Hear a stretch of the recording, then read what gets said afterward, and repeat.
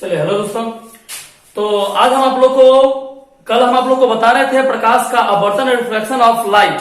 तो अपवर्तन कहते किसे हैं, अपवर्तनांक किसे कहते हैं, ठीक ना। प्रकाश के अपवर्तन का गुण क्या, ये सब हम आप लोग को बता दिए थे।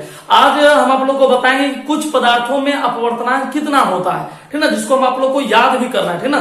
तो सबसे इंपॉर्टेंट दोस्तों कि निम्न पदार्थों में अपवर्तनांक तो है, तो बहुत सारा पदार्थ दोस्तों, लेकिन कुछ ऐसा पदार्थ है जिसका अपवर्तनांक आपको याद रखना है ना, इंपॉर्टेंट है। तो हम कुछ पदार्थों का अपवर्तनांक लिख दिए दोस्तों, उसको आप लोग उतार लीजिए अपने कॉपी में और याद भी कीजिए, ठीक ना। तो जैसे हवा का अपवर्तनांक वैसे होता है 1.003, बट लगभग हम लोग लिखते हैं 1, है ना। ये लगभग में है, ये लगभग में है दोस्तों, है ना। पानी का होता है 1.33, केरोसिन का होता है 1.44, एल्कोहल का होता है 1.36, तारपीन का होता है 1.47, बेंजीन का होता है 1.50, बर्फ का होता है 1.31, मानिक का होता है 1.71, सेंधा नमक का होता है 1.54 और हीरा का होता है 2.42।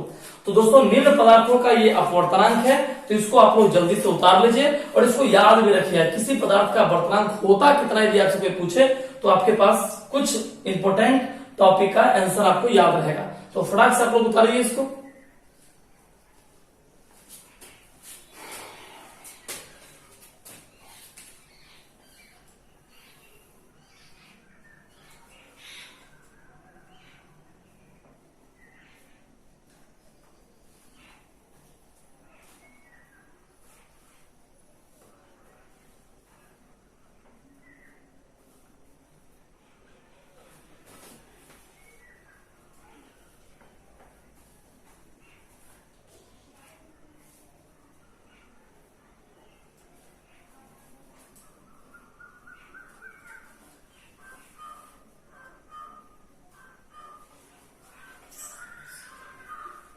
चलिए दोस्तों आप लोग उतार लीजिए इसको। चलिए, तो अब इसको उतारने के बाद इससे एक चीज देखो फिक्स हो गया। पहला ये, यदि आपसे देखो इसको याद करना तो खैर आसान है ही, बट उससे ज्यादा आप इसको समझिए, है ना। यदि आपसे कोई पूछा, देखो दिमाग में दो बातें याद रखो। ये हर पदार्थ का कुछ ना कुछ अपवर्तनांक होता है, ठीक ना। हर पदार्थ का, चाहे वह पानी हो, चाहे वह लकड़ी हो, चाहे वह बर्फ हो, चाहे वह ईंट हो, पत्थर हो, कांच हो, कुछ भी हो, हर पदार्थ का अपवर्तनांक होता है ना। यदि आपसे कोई पूछे कि वह हर पदार्थ का अपवर्तनांक क्यों होता है, इससे मान लीजिए यहाँ पर लिखा हुआ है बर्फ, यहाँ लिखा है सेंधा नमक, यहाँ लिखा है हीरा, यहाँ केरोसिन, पानी, हवा, एल्कोहल, तारपीन, बेंजीन, बहुत सारा और भी पदार्थ दोस्तों, लेकिन हर पदार्थ का अपवर्तनांक क्यों होता है, इस बात को समझो। तो दोस्तों प्रत्येक पदार्थ का अपवर्तनांक इसलिए होता है क्योंकि हर पदार्थ में प्रकाश का गमन होता है दोस्तों, है ना। यदि किसी पदार्थ में प्रकाश का गमन नहीं हो तो वह पदार्थ समझिए अपवर्तनांक नहीं बता सकता, है ना। हाँ, इस बात को आप समझिए, हो सकता है किसी पदार्थ में प्रकाश का अपवर्तनांक ज्यादा हो, है ना, और हो सकता है किसी पदार्थ में प्रकाश की चाल कम हो, है ना। जिससे मान लीजिए कि हवा में प्रकाश की चाल अधिक होती है, मेरी बात को आप समझिए, हवा में प्रकाश की चाल ज्यादा होता है, पानी में प्रकाश की चाल उससे कम होता है, कांच में प्रकाश की चाल उससे कम होता है। इसका मतलब क्या हुआ दोस्तों कि जितने भी प्रकार का पदार्थ है उसमें या तो प्रकाश का चाल ज्यादा होगा या तो प्रकाश की चाल कम होगा। मतलब होगा, भले ईंट है, ईंट पत्थर को आप देखते हैं। अच्छा ये बताओ, खुद आप लोग सोचिए, चूंकि ये चैप्टर रटने की अपेक्षा समझने के लिए ज्यादा महत्वपूर्ण होता है दोस्तों, तो आप खुद सोचिए, यदि आपसे कोई पूछे कि अच्छा बता बुआ कि सबसे अधिक चमकीला पदार्थ कौन होता है, तो आंसर में क्या बोलोगे, मतलब पूरी पृथ्वी पर सबसे अधिक कौन ऐसा पदार्थ है जो सबसे अधिक चमकता है, तो आंसर में क्या बोलोगे, हीरा। नहीं, हम लोग जानते हैं कि हीरा सबसे अधिक चमकीला होता है। हाँ, कुछ बच्चा लोग जो कि थोड़ा सा फिल्मी बच्चा है, फिल्म देखता है, यदि कहीं गलती से नागिन सीरियल देख लिया होगा, नागिन फिल्म देख लिया होगा, तो उसको इस बात का पता चल गया होगा कि नागिन के पास जो मणि रहता है वो हीरा से भी ज्यादा चमकता है दोस्तों, है ना। अब उस पर तो हम अभी इस क्लास में तो विश्लेषण नहीं कर सकते हैं कि आखिर नागिन का मणि ज्यादा क्यों चमकता है, क्योंकि उस टॉपिक पर गए तो बहुत लंबा वीडियो चल जाएगा। लेकिन ये बात समझिए कि हम लोग जो देखते हैं वाकई में कि भाई नागिन के पास मनी होता है या वगैरह वगैरह, तो ऐसा कोई बात है नहीं दोस्तों, वो सब एक फॉल्स बातें या टीवी की बातें आप बोल सकते हैं। वास्तविकता में पूरी दुनिया में यदि सबसे चमकीला कोई पदार्थ होता है तो हीरा। कैसे दोस्तों, तो बाकी आप नॉलेज दे नहीं सकते, लेकिन एक आंसर आप दे सकते हैं। क्या जानते हो हीरा इसलिए सबसे अधिक, यदि आपसे कोई पूछ दिया ऑब्जेक्टिव में, आप साइंस के स्टूडेंट हैं, आपसे कोई पूछ दिया कि अच्छा बता बुआ हीरा सबसे अधिक क्यों चमकता है ना, हीरा सबसे अधिक चमकता है, ये आपको पता है ना, हीरा सबसे अधिक चमकता है। लेकिन यदि आपसे कोई पूछा हीरा सबसे अधिक क्यों चमकता है, तो आंसर क्या बोलोगे दोस्तों? क्योंकि देखो एक लाइन में, वैसे आंसर तो बहुत सारा है इसका, लेकिन आप जहां तक नॉलेज रखते हैं उसमें एक लाइन का आंसर मिलता है कि हीरा सबसे अधिक इसलिए चमकता है क्योंकि हीरा का अपवर्तनांक सबसे अधिक होता है। ये भी बात याद रखिए दोस्तों, यदि आपसे कोई पूछे कि जितना भी वस्तु है, जितना भी पदार्थ है, उसमें सबसे अधिक अपवर्तनांक किसका होता है, तो आंसर क्या बोलेगा? हीरा। हीरा से ऊपर किसी का अपवर्तनांक नहीं होता है। इसका मतलब क्या हुआ? इसका मतलब यह हुआ कि सबसे अधिक प्रकाश का गमन, सबसे अधिक प्रकाश का अपवर्तन कौन करता है बाबू? हीरा, ठीक ना। तो यदि आपसे कोई पूछे कि हीरा मतलब पूरे पृथ्वी पर सबसे अधिक किस पदार्थ का अपवर्तनांक होता है, तो आप आंसर में क्या बोलिएगा? हीरा। कितना होता है? 2.42, ठीक ना। अच्छा यदि कोई आपसे ये पूछे कि चलिए सर जी आप ये तो बता दिए कि सबसे अधिक अपवर्तनांक किसका होता है, थोड़ा ये भी बता दीजिए सबसे कम अपवर्तनांक किसका होता है, तो आपके सामने आंसर लिख दिए हवा। सबसे कम अपवर्तनांक किसका होता है दोस्तों? हवा का। कितना होता है? 1। लगभग आप एक्यूरेट बोलना चाहते हैं तो 1.003 याद रखना है, 1.003, या डायरेक्ट आंसर बोलना है तो हवा का 1 होता है। तो ये बात दिमाग में रखिए। तो देखो 2 ऑब्जेक्टिव आपको याद हो गया। फर्स्ट ऑब्जेक्टिव क्या था? यदि आपसे कोई पूछा कि सबसे अधिक अपवर्तनांक किसका होता है? हीरा। सबसे कम अपवर्तनांक किसका होता है? हवा। मतलब हवा से कम किसी का अपवर्तनांक नहीं होता है, हीरा से अधिक किसी का अपवर्तनांक नहीं होता है। हवा का अपवर्तनांक कितना होता है? 2.42। सॉरी, हीरा का अपवर्तनांक कितना होता है? 2.42, और हवा का अपवर्तनांक कितना होता है? 1। बाकी सब इसके बीच में ही दोस्तों, ठीक ना। चलिए ये बात तो आप सीख गए, ठीक ना। अब इसमें एक छोटा सा टॉपिक और आता है दोस्तों, जिसका नाम है निरपेक्ष अपवर्तनांक, ठीक ना। निरपेक्ष अपवर्तनांक, या इसको हम लोग कहते हैं आपेक्षिक अपवर्तनांक। तो यदि आपसे कोई पूछे कि आपेक्षिक अपवर्तनांक किसे कहते हैं, जिसका इंग्लिश नाम होता है रिलेटिव इंडेक्स, ठीक ना, आपेक्षिक अपवर्तनांक, तो पहले आप लोग फटाक से हेडिंग दे दीजिए आपेक्षिक अपवर्तनांक, उसके बाद उसका डेफिनेशन लिखा दे, फिर आपको समझाते हैं। तो लिखिए, हेडिंग लीजिए आप लोग भी, कॉपी खोलिए, लिखिए आपेक्षिक अपवर्तनांक लिख के रख दीजिए। दोस्तों यहां जो सुनना है उतना लिखते भी चलना है, ठीक ना। क्लास तो है नहीं कि डायरेक्ट क्लास चलेगा, तो जो सुन रहे हैं उसको लिखते चलिए। आपेक्षिक अपवर्तनांक, इसका इंग्लिश लिखिए रिलेटिव इंडेक्स। रिलेटिव इंडेक्स,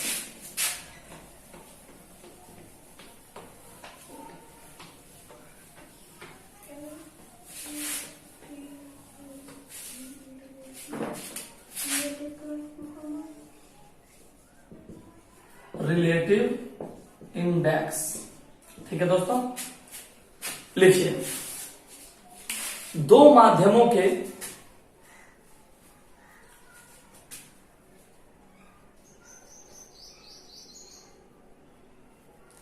निरपेक्ष अपवर्तनांक के अनुपात को, 2 माध्यमों के निरपेक्ष अपवर्तनांक के अनुपात को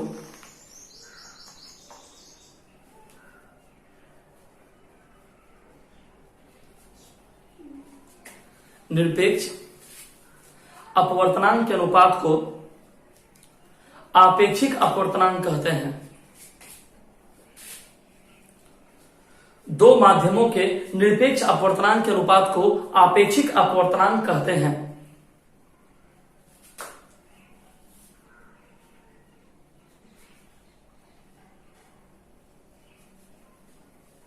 लिख लिया दोस्तों। चलिए अब इसको याद कर लीजिए फटाक से। यदि आपसे कोई पूछा दोस्तों कि निरपेक्ष आपेक्षिक अपवर्तनांक किसे कहते हैं, तो क्या डेफिनेशन बोलेगा कि 2 माध्यमों के निरपेक्ष अपवर्तनांक के अनुपात को क्या कहते हैं दोस्तों? आपेक्षिक अपवर्तनांक। बोल लोगे एक बार फिर से, बोलो क्या बोलोगे? कि नहीं, 2 माध्यमों के निरपेक्ष अपवर्तनांक के अनुपात को ही क्या कहते हैं? आपेक्षिक अपवर्तनांक कहते हैं। याद हो गया सब लोग को? सब लोग को याद हुआ? एक बार फिर से बोलिए, क्या बोलेगा? कि नहीं, 2 माध्यमों के निरपेक्ष अपवर्तनांक के अनुपात को क्या कहते हैं लोग दोस्तों? आपेक्षिक अपवर्तनांक कहते हैं। क्लियर हो गया? चलिए अब हम आपको लेकर चलते हैं, जानते हो कहां? अब हम आपको लेकर चलते हैं कि जो कल हम आप लोग को फिगर बताए थे, तो उस फिगर में अभिलंब किसे कहते हैं, आपतित किरण किसे कहते हैं, अपवर्तित किरण किसे कहते हैं, अपवर्तन कोण किसे कहते हैं, आपतन कोण किसे कहते हैं। आज हम उस डिफिनेशन पर आपको लेकर चलेंगे, ठीक है ना, और याद भी साथ में करते चलिएगा। उसके लिए एक बार फिर से आपको फिगर उतारना होगा और समझना भी होगा दोस्तों, ठीक है ना। तो चलिए हम आपको फिगर पर लेकर चलते हैं, समझिएगा पहले। जैसे मान लीजिए कल के फिगर में हम आप लोग को समझाए थे, कल के फिगर में हम आप लोग को बताए थे कि मान लीजिए ये एक आपतन तल है, ठीक है दोस्तों। कल का फिगर यदि आप लोग उतारे हो तो अपने कॉपी में आप चेक कीजिएगा, है ना, कि ये एक आपतन तल है ना। ये बीच वाला जो है दोस्तों, इसको हम लोग क्या बोलते हैं, कल का आप लोग फिगर उतारे हो हम लिख दिए थे, है ना। इसको हम लोग बोलते हैं अभिलंब, इंग्लिश में बोलते हैं नॉर्मल टेंजेंट। अभिलंब इंग्लिश में क्या बोलते हैं, नॉर्मल टेंजेंट, ठीक है ना। अब आप गौर कीजिए, यहां समझिएगा गौर से कि एक किरण, ध्यान देखिए, एक किरण यहां से आई आगे दोस्तों, तो जो किरण आई इस किरण को हम लोग कहते हैं कौन सा किरण, आपतित किरण। मतलब यदि आपसे कोई पूछे, देखो ध्यान समझते जाओ, ध्यान से पहले समझो, इस तल को हम लोग क्या बोलते हैं दोस्तों, आपतन तल। कौन सा तल बोलते हैं, आपतन तल, है ना, क्लियर है। अब देखिए इसको इंग्लिश में बोल सकते हैं इंसिडेंट सरफेस, आपतन तल, आपतित किरण, है ना, आपतित किरण। तो आपतित किरण नाम है, ठीक ना, आपतित किरण। इसका परिभाषा क्या बोलोगे, ये किसी माध्यम से, किसी माध्यम से, है ना, आपतन तल पर, देखो ना, कहीं से आ रहा है, कहां से आ रहा पता चल रहा है क्या, कहीं नहीं पता चल रहा है, किसी भी माध्यम से, टॉर्च से आ सकता है, मोबाइल के टॉर्च आ सकता था, या फिर क्या बोलते हैं सनलाइट से आ सकता है, मून लाइट से आ सकता है, तो कहीं से भी आ रहा है, पता नहीं जहां से इच्छा है वहां से आया, ठीक ना, लेकिन कहीं से एक लाइट आ रहा है दोस्तों, ठीक ना। कहां पर लाइट आया, कहां पर आया वो लाइट, आपतन तल पर। मतलब यदि आपसे पूछे कि आपतित किरण, आपतित किरण जो है वह किस तल पर आता है, तो क्या बोलिएगा, आपतन तल पर आता है। तो समझते जाओ कि आपतित किरण मतलब किसी भी माध्यम से, किसी भी माध्यम से आपतन तल पर आने वाली किरण को क्या बोलते हैं, आपतित किरण। तो यदि आपसे कोई पूछे आपतित किरण किसे कहते हैं, तो क्या परिभाषा बोलिएगा, क्या बोलिएगा, किसी माध्यम से, क्या बोलिएगा, किसी माध्यम से आपतन तल पर आने वाली किरण को क्या बोलते हैं, आपतित किरण बोलते हैं। याद हो गया। चलिए अब देखिए, ये लाइट जो है बाबू देखो ना, सीधा आ रहा है, तो इसको जाना तो इसे चाहिए नहीं।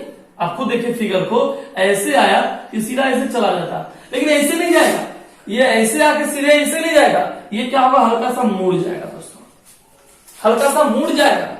मुड़ जाएगा का मतलब आप यहां समझिए कि ये किरण ऐसे आया, यहां से आया, इस तरह से आया, यहां पर गया, जाना था सीधे लेकिन मुड़ गया, तो इसी मुड़ने वाली किरण को हम लोग क्या बोलते हैं, अपवर्तित। मुड़ गया ना दोस्तों, तो जो किरण मुड़ जाता है उसी को हम लोग कहते हैं कौन सा किरण दोस्तों, अपवर्तित किरण। कंप्लीट हो गया। तो किसी, देखो ध्यान समझो, पहले लिखो मत, पहले समझ लो, किसी माध्यम से आपतन तल पर, इस तल का नाम है आपतन तल, तो किसी माध्यम से आपतन तल पर आने वाली किरण को क्या बोलते हैं, आपतित किरण बोलते हैं। कंप्लीट हो गया, है ना। अच्छा, अपवर्तित किरण किसे बोलते हैं, आपतन तल के बाद, दोनों आपतन तल के बाद, मतलब आपतित किरण, आपतित किरण जब माध्यम में प्रवेश करती है, मतलब आपतित किरण जब एक माध्यम से दूसरे माध्यम में प्रवेश करती है, देखो ना, ये किरण पहले इस माध्यम, मान लो इस माध्यम का नाम रख दिए हैं प्रथम, पहला माध्यम है, समझो पहले इसको, ये पहला माध्यम है और ये कौन माध्यम है, दूसरा माध्यम है। तो आपतित किरण देखो, फिगर देखो, आपतित किरण किस माध्यम में है, पहला माध्यम है। आपतित किरण किस माध्यम में, पहला माध्यम है, और किस माध्यम में गया, देखो ना, किरण यहां से है दूसरे माध्यम में, तो पहले माध्यम से किस माध्यम में गया, दूसरे माध्यम में गया ना। तो जब आपतित किरण एक माध्यम से दूसरे माध्यम में जाती है तो उसकी दिशा में परिवर्तन हो जाता है। दिशा में परिवर्तन हुआ ना, जाना था सीधे लेकिन मुड़ गया, देखो मुड़ गया ना, तो दिशा में परिवर्तन हो जाता है। इस किरण को ही क्या बोलते हैं दोस्तों, अपवर्तित किरण। ठीक है, चलिए अब देखिए कुछ कोण बनता है। देखिए ये अभिलंब है, देखिए कितना सिंपल है, ये है अभिलंब। तो अभिलंब और आपतित किरण, ध्यान समझिए, अभिलंब और आपतित किरण के बीच बने कोण को हम लोग क्या कहते हैं, आपतन कोण कहते हैं। क्लियर है? देखिए, अभिलंब और आपतित किरण के बीच बने कोण को आपतन कोण कहते हैं। यदि आपसे कोई पूछे कि आपतन कोण किसे कहते हैं तो क्या बोलेगा? अभिलंब और आपतित किरण के बीच बने कोण को क्या कहते हैं? आपतन कोण कहते हैं। ये देखिए, ये है अभिलंब और ये है अपवर्तित किरण। तो अभिलंब और अपवर्तित किरण के बीच बने कोण को क्या कहते हैं? अपवर्तन कोण। कौन सा कोण कहते हैं दोस्तों? अपवर्तन कोण। देखिए, इस कोण का नाम क्या हुआ? आपतन कोण। इस कोण का नाम क्या हुआ? अपवर्तन कोण। तो यदि आपसे कोई पूछा आपतन कोण किसे कहते हैं, क्या बोलेगा? अभिलंब और आपतित किरण के बीच बने कोण को क्या कहते हैं? आपतन कोण। अपवर्तन कोण किसे कहते हैं? तो अभिलंब और अपवर्तित किरण के बीच बने कोण को क्या कहते हैं? अपवर्तन कोण कहते हैं। क्लियर हो गया दोस्तों? तो यही टोटल आपका डिफिनेशन है ना? इसी सबका डिफिनेशन हमको लिखना है। आपतन तल, अभिलंब, आपतन कोण, अपवर्तित किरण, अपवर्तन कोण, ये सबका डिफिनेशन हमको लिखना है। तो पहले आप लोग एक काम कीजिए, इस फिगर को एक बार फिर से उतारिए, सारा नाम लिखते हुए, फिर हम आपको एक करके इसका डिफिनेशन लिखा देते हैं। तो फिगर को उतारिए दोस्तों।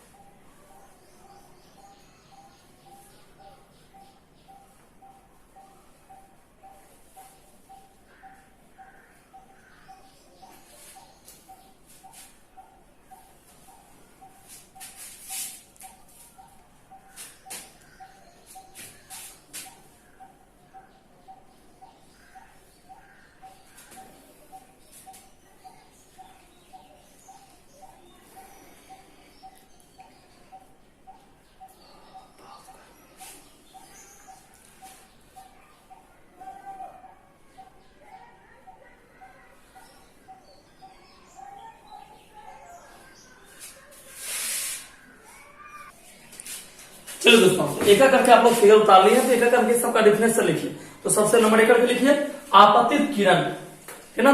तो नंबर एक करके डैश दीजिए। हम फिगर मिटा रहे हैं दोस्तों। आपतित किरण देके डैश दीजिए।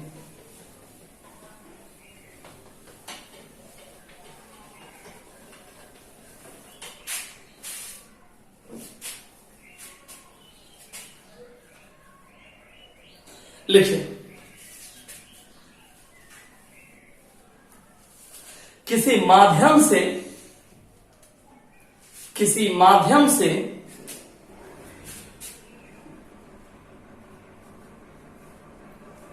आपतन तल पर पड़ने वाली किरण को, किसी माध्यम से आपतन तल पर पड़ने वाली किरण को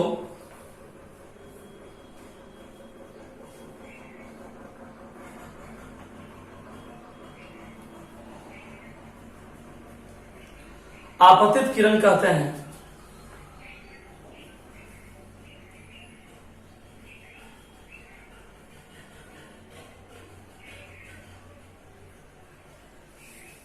लिख लिया दोस्तों? चलिए, नंबर दूसरा लिखिए, अपवर्तित किरण।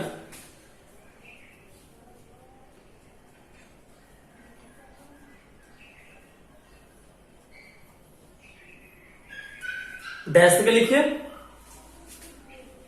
जब आपतित किरण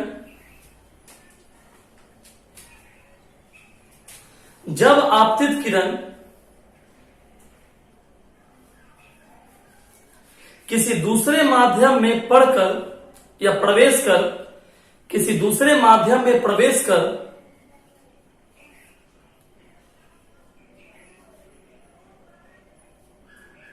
मुड़ जाती है,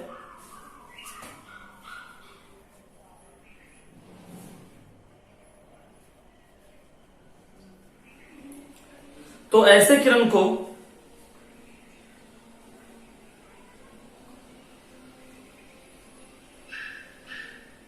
अपवर्तित किरण कहते हैं।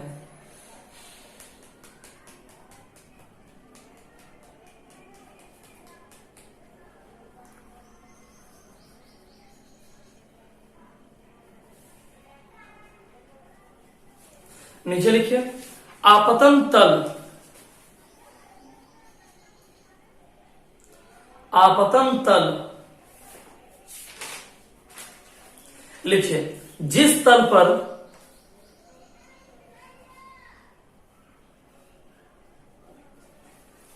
आपतित किरण अपवर्तित किरण और अभिलंब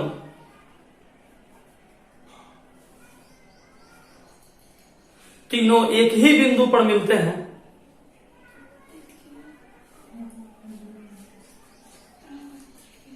और अभिलंब तीनों एक ही बिंदु पर मिलते हैं, उसे आपतन तल कहते हैं।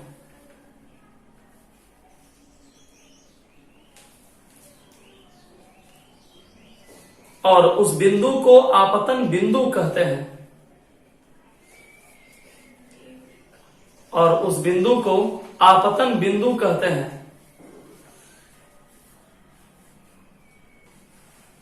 लिखिए दोस्त, आगे लिखिए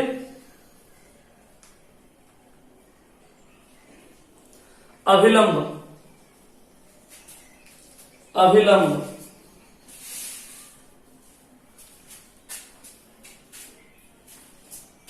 डैश के लिखिए किसी सतह के किसी बिंदु पर, किसी सतह के किसी बिंदु पर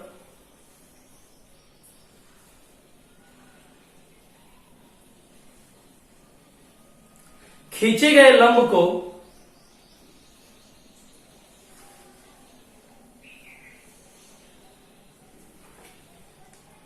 उस बिंदु का अभिलंब कहते हैं।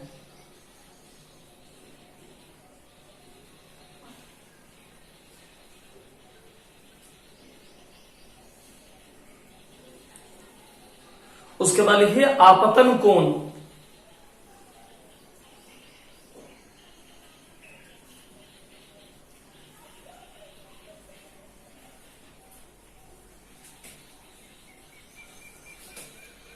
डैश से लिखिए आपतित किरण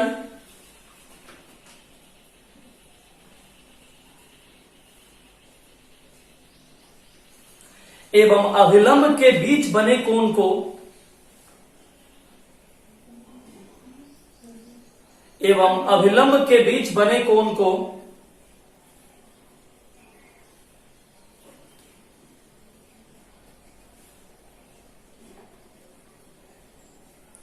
कोण को आपतन कोण कहते हैं।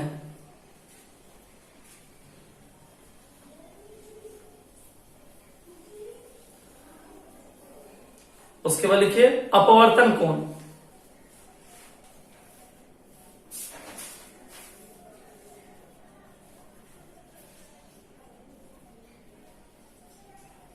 अपवर्तन कोण डैश से लिखिए अपवर्तित किरण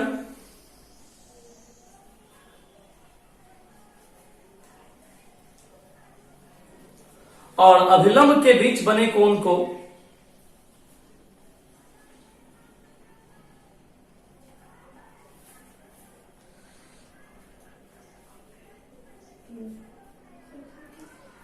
और अभिलंब के बीच बने कोण को अपवर्तन कोण कहते हैं।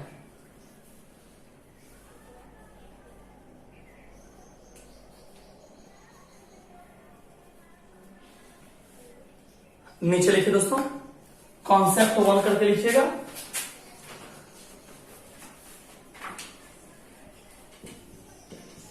कॉन्सेप्ट 1 इसमें कुछ छोटा छोटा पॉइंट आप लोग को लिखाएंगे, है ना, तो नंबर 1 करके लिखिए आप लोग।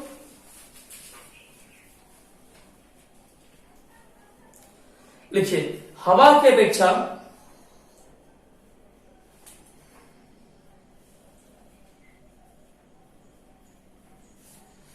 पानी सघन माध्यम है।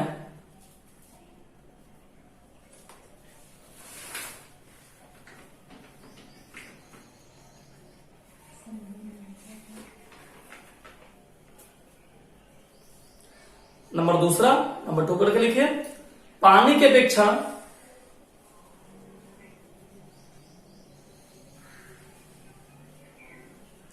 कांच सघन माध्यम है।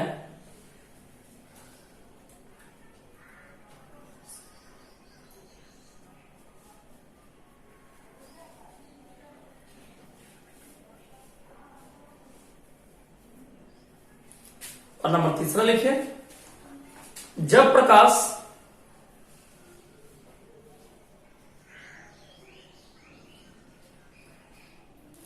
विरल माध्यम से सघन माध्यम में जाती है,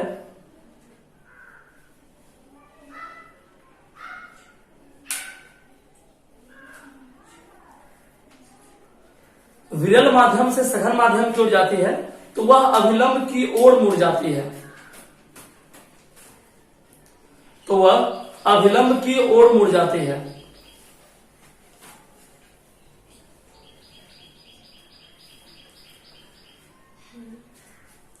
चौथा पॉइंट लिखिए, जब प्रकाश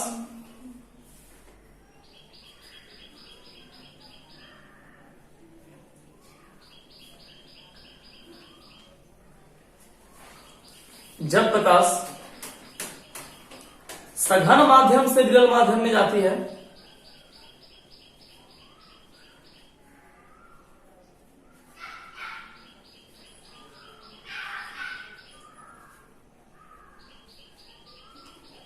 तो वह अभिलंब से दूर हट जाती है,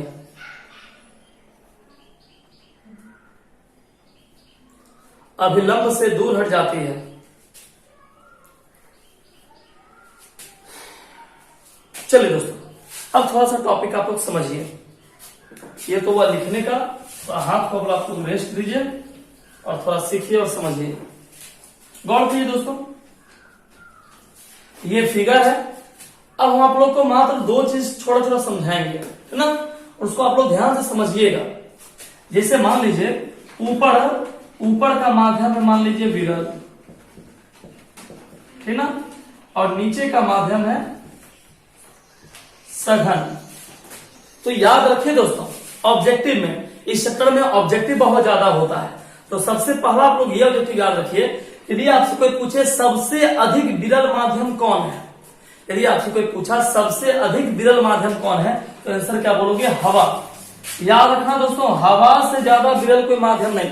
इसका मतलब क्या हो रहा है ये समझो, जिसका अपवर्तनांक जितना कम होगा, दोस्तों मेरी बात को समझिए, जिसका अपवर्तनांक जितना कम होगा वो विरल होगा, और जिसका अपवर्तनांक जितना ज्यादा होगा वो क्या होगा? सघन। इसका मतलब कि सघन और विरल किस पर निर्भर करता है? अपवर्तनांक के ऊपर। यदि अपवर्तनांक ज्यादा है तो समझ जाइए वो क्या होगा? सघन। अपवर्तनांक कम है तो वो क्या होगा? विरल, ठीक ना। तो इसका मतलब आप तो पढ़ चुके हैं, आप अपने कॉपी में नोट भी किए हैं, आप खुद अपने कॉपी को देखिए और बताइए सबसे कम अपवर्तनांक किसका है। देखिए कॉपी में, तो आपको आंसर मिलेगा दोस्तों हवा। कितना होता है? 1, ठीक ना।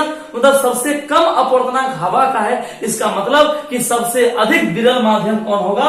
हवा। और सबसे अधिक अपवर्तनांक किसका है दोस्तों? हीरा। सबसे अधिक अपवर्तनांक किसका है? हीरा।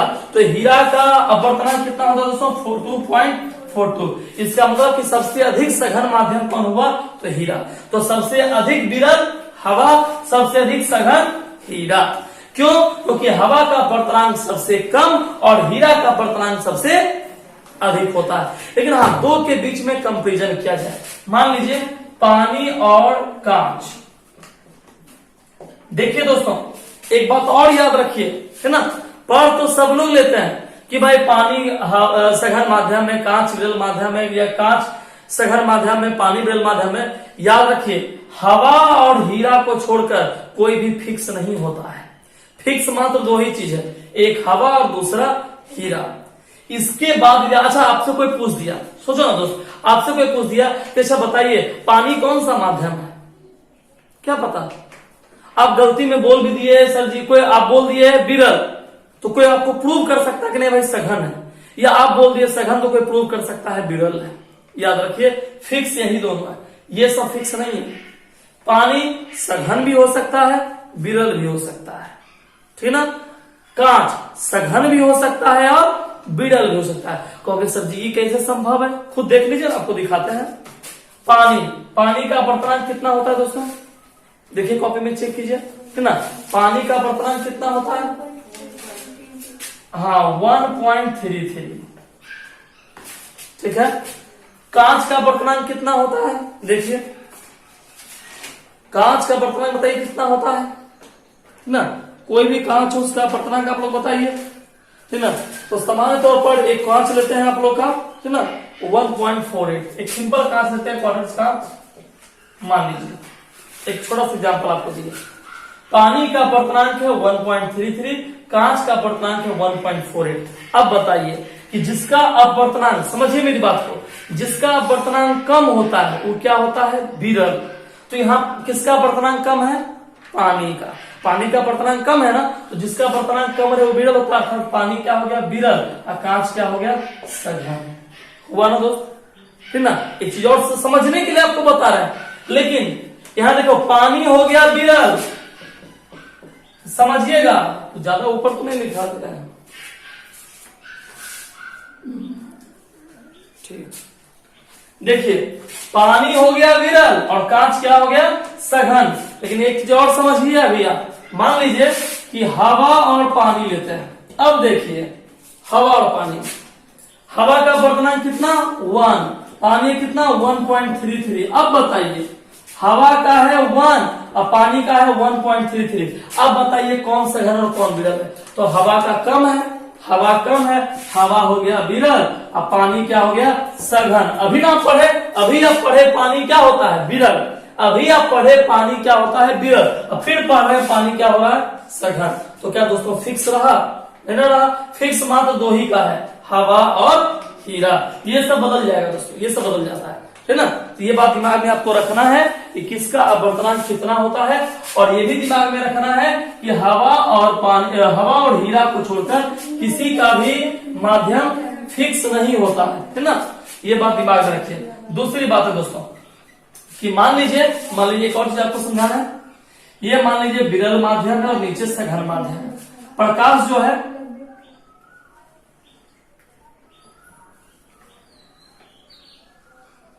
प्रकाश जो है दोस्तों वो विरल माध्यम से सघन माध्यम। देखिए हम आपको कॉन्सेप्ट में लिखा है, आप पढ़िएगा ध्यान से, इसको फिगर के माध्यम से हम आपको समझाने की कोशिश कर रहे हैं। क्या कॉन्सेप्ट में लिखा है तो आप पढ़िए, कहीं लिखा हुआ है ऐसा क्या कि जब प्रकाश विरल माध्यम से सघन माध्यम में जाता है, आप ऐसा पढ़िए, आपको मिलेगा कि जब प्रकाश विरल माध्यम से सघन माध्यम में आता है, जब प्रकाश विरल माध्यम से सघन माध्यम में आता है। देखिए आप कि जब प्रकाश विरल माध्यम से सघन माध्यम में आता है, तो जानते हो किस ओर मुड़ जाता है, अभिलंब की ओर मुड़ जाता है। देखो ये प्रकाश है ना, ऐसे ऐसे और ऐसे जाएगा, लेकिन दोस्तों ऐसे नहीं जाता है, ये मुड़ गया किस ओर, ये है अभिलंब। देखिए ये है अभिलंब, समझिए और उसको याद भी रखिए कि जब प्रकाश, ये प्रकाश है दोस्तों, तो जब प्रकाश है ना, जब प्रकाश विरल माध्यम से सघन माध्यम में आता है, ऊपर का माध्यम में विरल, नीचे का माध्यम में सघन, तो जब प्रकाश विरल माध्यम से सघन में आता है तो किस ओर मुड़ जाता है, अभिलंब की ओर मुड़ जाता है। याद रखना, यदि आपसे पूछे कि जब प्रकाश विरल माध्यम से सघन माध्यम में आता है तो वह किस ओर मुड़ जाता है, तो आंसर क्या बोलेगा, अभिलंब की ओर मुड़ जाता है। बट अपोजिट, अपोजिट देखिए, यदि ऊपर वाला कर दिया जाए, आप समझिए इस चीज को, यदि ऊपर वाला कर दिया जाए सघन और नीचे वाला कर दिया जाए विरल, ठीक ना। अब देखिए क्या होगा, अब उल्टा हो गया, जब प्रकाश सघन माध्यम से, अब आप समझिए, जब प्रकाश सघन माध्यम से कौन माध्यम में जाता है, विरल माध्यम में आता है, तो मान लीजिए प्रकाश को जाना है सीधा, लेकिन सीधा तो जाएगा नहीं, वो या तो उधर जाएगा या तो इधर जाएगा, तो अभिलंब से दूर, ये ऐसे जाएगा प्रकाश। देखे क्या देखे, जब प्रकाश सघन माध्यम से विरल माध्यम में आता है तो अभिलंब से दूर चला गया, और उल्टा जब विरल माध्यम से सघन माध्यम में आता है तो अभिलंब की ओर आ जाता है। ठीक है, चलिए अब ये टॉपिक तो आप लोग सीख गए, समझ में आ गई। अब आपको एक और टॉपिक लेकर चलते हैं, है ना। एक छोटा सा डिफिनेशन है आप लोग को लिखाएंगे, जिसका नाम है पार्श्विक विस्थापन। तो पहले आप लोग डैश दे लीजिए, डिफिनेशन लिख लीजिए। हेडिंग दीजिए दोस्तों पार्श्विक विस्थापन।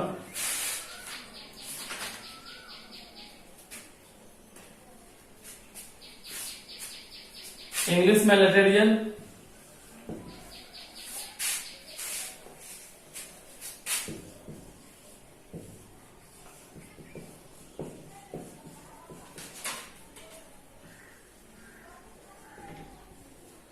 लेटरल डिस्प्लेसमेंट, पार्श्विक विस्थापन।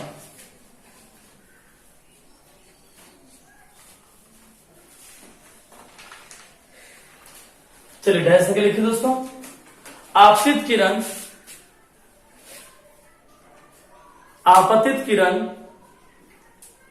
और निर्गत किरण के बीच की लंबवत दूरी को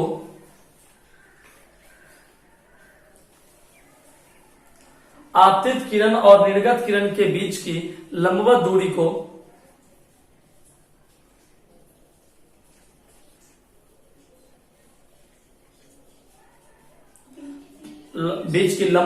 को पार्श्विक विस्थापन कहते हैं।